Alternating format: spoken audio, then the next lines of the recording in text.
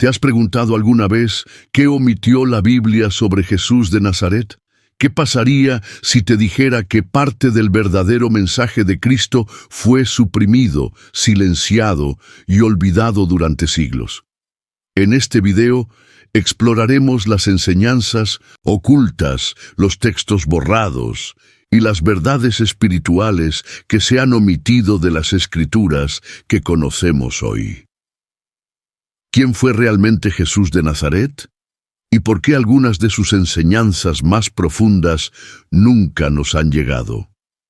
Prepárate para cuestionar todo lo que creías saber, porque el viaje hacia la verdad está a punto de comenzar. Si te interesa este tema, dale a me gusta, suscríbete al canal y activa la campanita para no perderte los próximos episodios.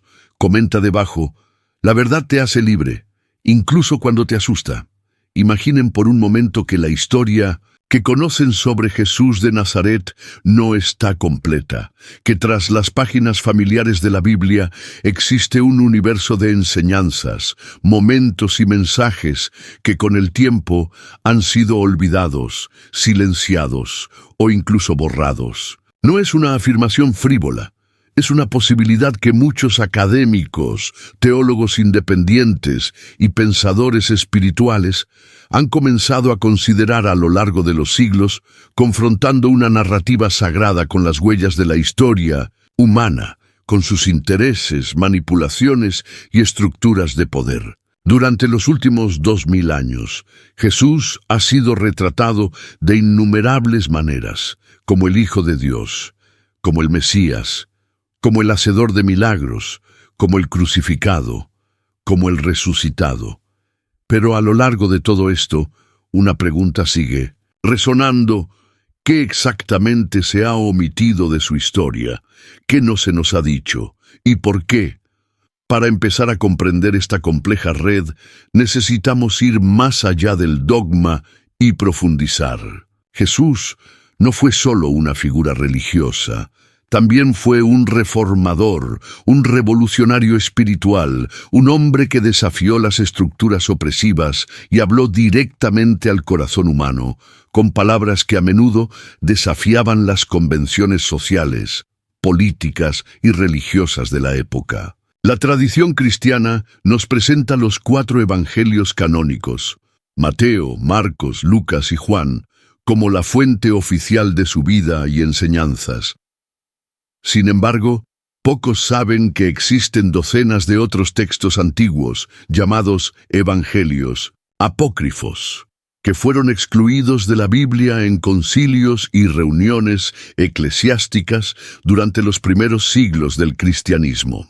Documentos como el Evangelio de Tomás, el Evangelio de María Magdalena o el Evangelio de Felipe, por ejemplo, presentan diferentes visiones de Jesús, a menudo más místicas, simbólicas e incluso demasiado revolucionarias para los intereses de la iglesia institucionalizada que se estaba formando. ¿Por qué se rechazaron estos textos? Una razón puede ser simple: el control. Controlar la narrativa es controlar la fe, y controlar la fe es controlar a la gente. Cuando una institución religiosa centraliza el acceso a la verdad espiritual, no solo determina qué es sagrado, sino también quién está autorizado a acceder a lo sagrado. Las enseñanzas de Jesús sobre el reino de Dios en cada persona, sobre una conexión directa con el Padre sin la mediación de templos, sacerdotes ni sacrificios, eran potencialmente peligrosas para una estructura que se estaba construyendo en su nombre, pero con una mirada mucho más centrada en el poder que en el amor. Es en este punto que empezamos a vislumbrar lo que se ha omitido. Muchos de estos secretos no son secretos en el sentido esotérico u ocultista, sino verdades, demasiado incómodas para permanecer en el centro del culto. Por ejemplo, hay evidencia de que Jesús enseñó sobre la reencarnación, la sagrada feminidad, el autoconocimiento como clave para la salvación, la ilusión del ego y la trascendencia del sufrimiento a través de la conciencia. Estos son temas que resuenan hoy en las tradiciones orientales, pero que han sido sistemáticamente suprimidos en el cristianismo occidental.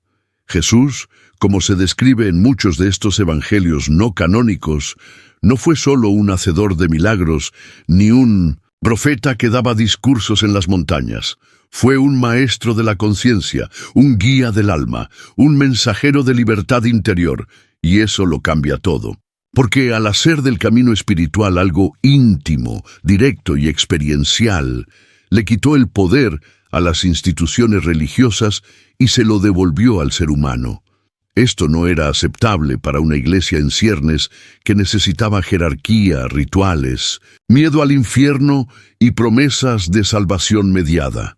Además, está el papel de María Magdalena, a menudo retratada en los textos tradicionales como una pecadora redimida, pero que, en los evangelios apócrifos, aparece como una discípula cercana, quizás la más cercana de Jesús. Algunos textos la describen recibiendo revelaciones directas, enseñanzas secretas y siendo objeto de envidia por parte de otros apóstoles.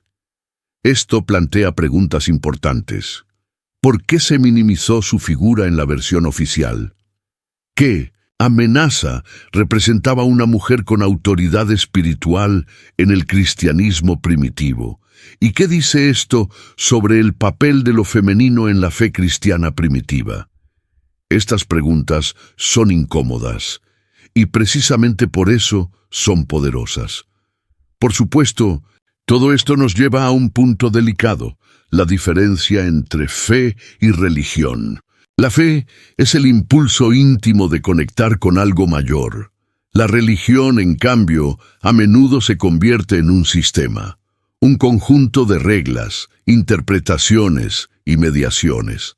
Cuando miramos a Jesús fuera del sistema, fuera del marco construido, tras su muerte, vemos una figura más humana, más cercana, pero también más intensa, alguien que desafió las normas, comió con pecadores, tocó a los impuros, habló con mujeres y desconocidos, y habló en parábolas que incluso hoy parecen contener capas de misterio sin resolver. Si parte del mensaje de Jesús fue efectivamente eliminada, no fue porque fuera débil o irrelevante, sino porque era demasiado fuerte. Un mensaje que nos invita a mirar hacia adentro, a cuestionar, a reflexionar y sobre todo, a sentir. Un mensaje que no puede ser contenido por el dogma, porque reside en el espacio de la experiencia, algo que trasciende lo correcto y lo incorrecto y nos lleva a una dimensión más profunda de la verdad. Quizás la Biblia, tal como la conocemos, sea solo la superficie de un océano mucho más grande. Y tal vez sea el momento de dar el salto. A medida que profundizamos en este océano, comenzamos a darnos cuenta de que la historia oficial de Jesús ha sido cuidadosamente editada, como si partes esenciales de su mensaje hubieran sido empaquetadas, reorganizadas o simplemente descartadas a lo largo de los siglos. Los concilios que definieron los libros canónicos de la Biblia, como el Concilio de Nicea en el año 325 d.C., no fueron meras reuniones espirituales. Fueron eventos políticos, guiados por emperadores y obispos con claros intereses en unificar un imperio y establecer la ortodoxia.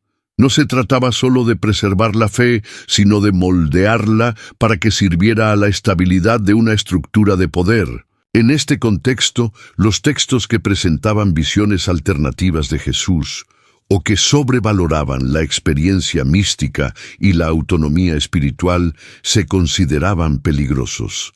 Los evangelios que sugerían una conexión directa entre lo humano y lo divino, sin necesidad de instituciones intermediarias, eran tildados de heréticos, no por falsos, sino por inconvenientes.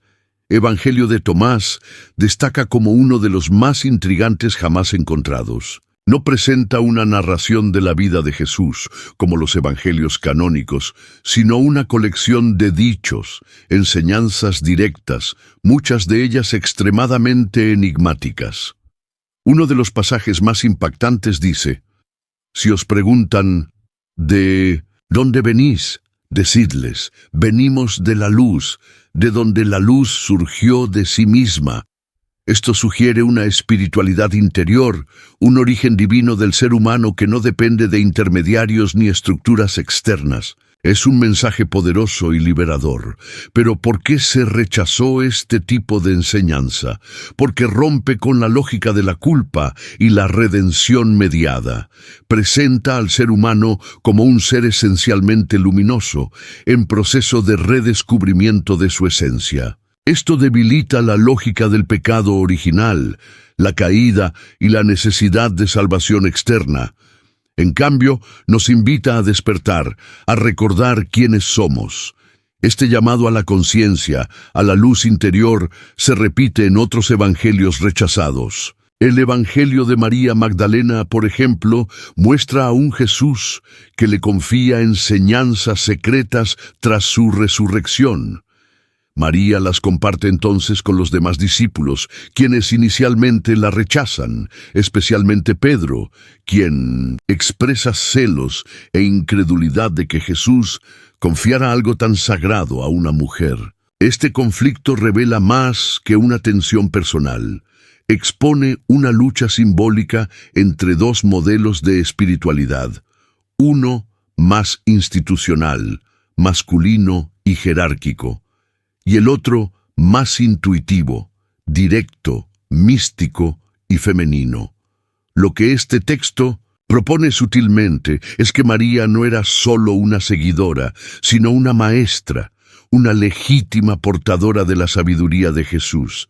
Y eso cambia por completo la narrativa. Porque si aceptamos que María fue su discípula más cercana, entonces necesitamos reevaluar todo lo que nos han dicho sobre el papel de la mujer en la historia del cristianismo y sobre cómo el verdadero mensaje de Jesús fue recibido, comprendido y posteriormente distorsionado. La tradición patriarcal consolidada en la Iglesia no podía permitir esto, y no lo permitió. Pero fragmentos de estos textos persistieron, enterrados, olvidados, ocultos, hasta que fueron redescubiertos siglos después, como en el caso de los manuscritos de Nagpur Hammadi, hallado en Egipto en 1945. Estos documentos estaban sellados y conservados en vasijas de barro, como si alguien supiera que debían guardarse para el futuro. Y quizás ese momento sea ahora. Lo que estos textos revelan, más que nueva información sobre Jesús, es otra manera de ver la fe, una fe que no es ciega sino experiencial, que no exige sumisión sino presencia, que no culpa sino que despierta, y es precisamente por eso que estas ideas siguen siendo tan transformadoras y tan peligrosas. Jesús habló del reino de Dios como algo presente dentro de nosotros, no como un lugar distante después de la muerte, sino como una realidad accesible mediante el autoconocimiento y la práctica del amor. Este mensaje, interpretado literalmente, hace de la espiritualidad algo íntimo, accesible y vivo, y esto va en contra de cualquier sistema que necesite control. Lo cierto es que cuanto más nos acercamos a lo que Jesús realmente dijo, o pudo haber dicho, más nos alejamos de la figura institucionalizada erigida en su nombre. Y quizás esta sea una de las mayores paradojas de la historia religiosa, que el propio fundador habría sido excluido de su propia doctrina si volviera a caminar entre nosotros hoy. Sería considerado demasiado radical, demasiado peligroso, demasiado libre, pero es precisamente esta libertad la que late entre líneas en textos olvidados. Una libertad que nos invita no solo a seguir dogmas, sino a vivir en la verdad, a cuestionar, a sentir, a reconectar con una chispa divina que no nos fue dada por sacerdotes, sino que ya nació en nosotros. La pregunta que nos queda entonces es, ¿estamos dispuestos a escuchar lo que ha sido silenciado? Si este video te pareció interesante, dale a me gusta, suscríbete al canal y activa la campanita. Y si llegaste hasta aquí, comenta una palabra o frase que represente lo que este contenido despertó en ti. Puede ser despertar, luz o lo que te llegue al corazón.